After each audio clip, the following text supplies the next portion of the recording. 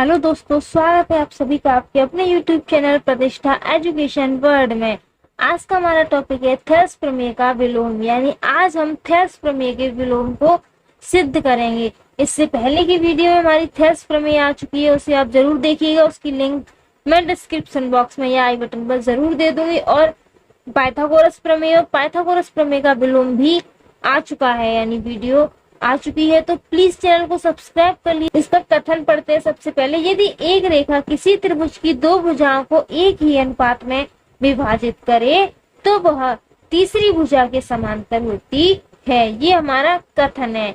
ठीक है, दिया क्या है हमें? दिया है त्रिभुज ए बी सी में डी ई भुजाओं ए बी और ए सी को क्रमशः डी और ई बिंदु पर विभाजित करती है।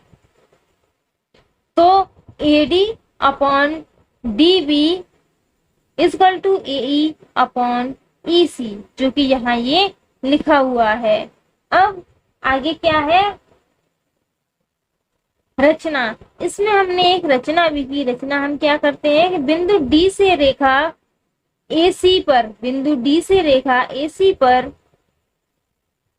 एक बी सी के समांतर रेखा डी एफ खींची। डी एफ अभी इसमें हमने क्यों खींची? क्योंकि अभी तो आपको दिख रहा है कि बी सी के समांतर डीई है, लेकिन ये हमें दिख रहा है, पता है, लेकिन यही तो हमें सिद्ध करना है। तो सिद्ध करने के लिए अभी हम क्या मान लेते हैं कि ये जो डीई रेखा है वो बी सी के समांतर नहीं है।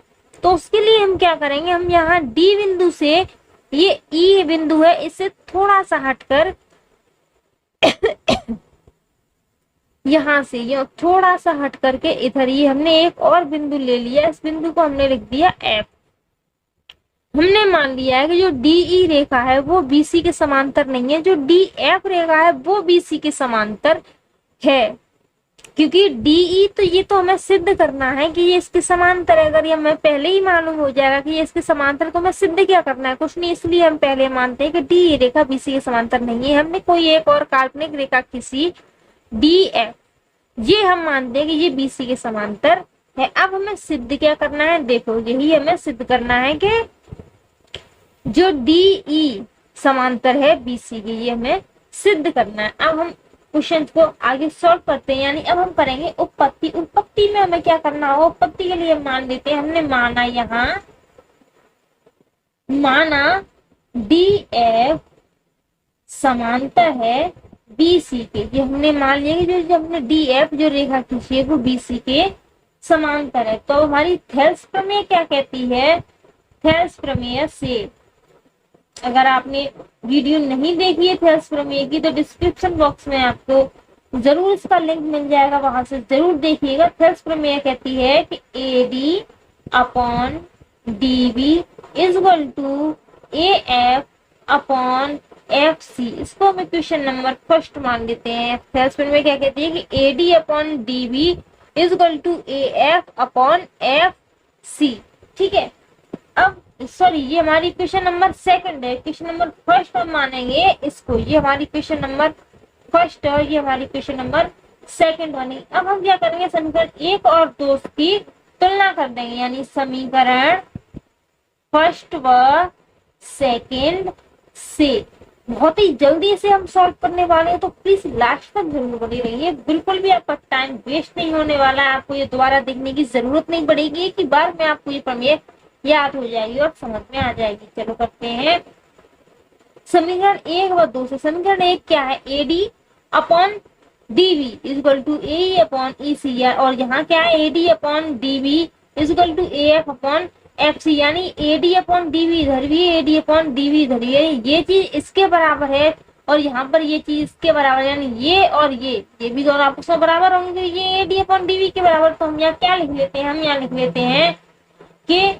AE upon EC equal to AF upon FC।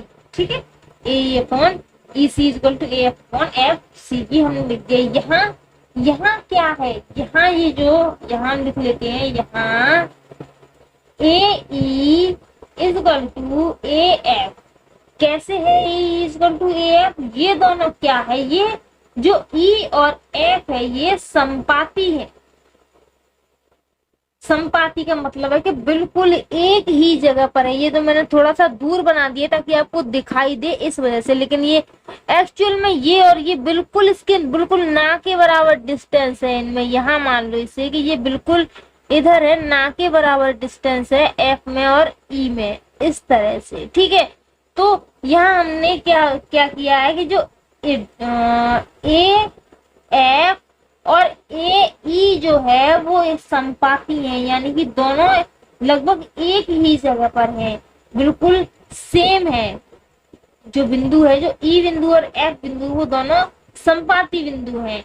तो यहाँ हम क्या कर सकते हैं, यहाँ पे हम कह सकते हैं जो डी ई संपाती होगा, डी ई संपाती डी एफ, यानी जो रेखा जब बिंदु दोनों संपाती है यानी एक ही जगह पर है, तो जो डी ई रेखा है वो डी एफ, ये दोनों ही संपाती होंगी। ठीक है, अब हम आगे क्या करते हैं। अभी हमने यहाँ क्या माना था, हमने माना था, चूंकि हमने माना था, क्या माना था हमने अभी ऊपर माना था कि डी एफ समांतर है बी सी के, हमने इधर माना था। ये यहाँ माना है ना हमने रचना में कि जो डी एफ रेखा है वो बीसी के समांतर हमने खींची है। जो डी एफ रेखा है वो बीसी के समांतर ही हमने खींची, हमने माना ही तो था। ठीक है, जब ये जो संपाती है डी ई और डी एफ संपाती, इसका मतलब क्या है, डी एफ की जगह पर हम लोग यहाँ लिख सकते हैं, इधर जगह नहीं इसकी मैं यहाँ लिखे दे रही हूँ। अतः